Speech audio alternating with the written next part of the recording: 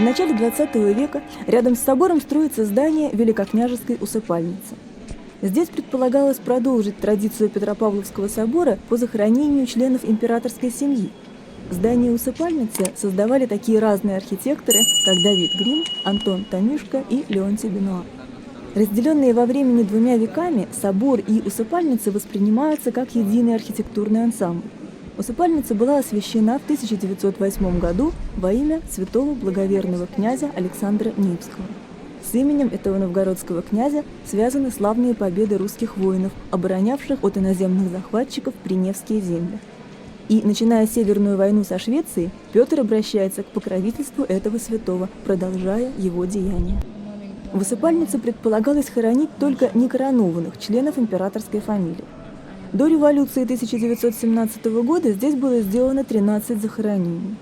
Захоронения были оформлены довольно скромно. Уложенная вровень с полом беломраморная плита с текстом, набранным бронзовыми буквами. Плита обнесена широким мраморным фризом серого цвета. Среди погребенных здесь великий князь Константин Константинович. Блестящий морской офицер, шеф военных учебных заведений Петербурга, он вошел в русскую историю и литературу как замечательный поэт.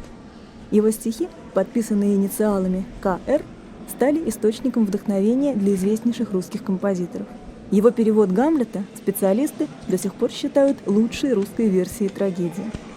Сейчас усыпальница находится на реставрации, и первой была восстановлена надгробная плита на могиле Константина Константиновича.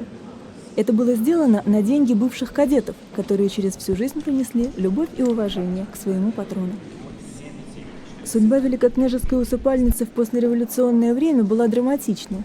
Некоторые захоронения были вскрыты, нагробные плиты разрушены, был утрачен созданный Леонтием Бенуа изысканный интерьер.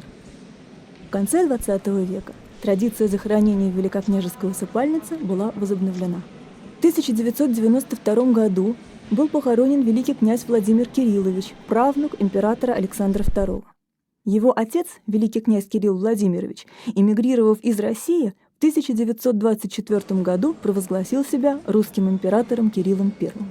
После расстрела царской семьи он действительно был возможным наследником короны Романовых. В 1995 году прах Кирилла Владимировича и его супруги был перевезен из немецкого города Кобурга и перезахоронен в великокняжеской усыпальнице. Интересно отметить, что на каждом из фасадов усыпальницы располагаются хорошо сохранившиеся мозаичные иконы Божьей Матери. Они были выполнены по эскизам известного художника Харламова в знаменитой мастерской Фролова, той самой, которая создавала уникальное мозаичное убранство для храма Спас на Крови.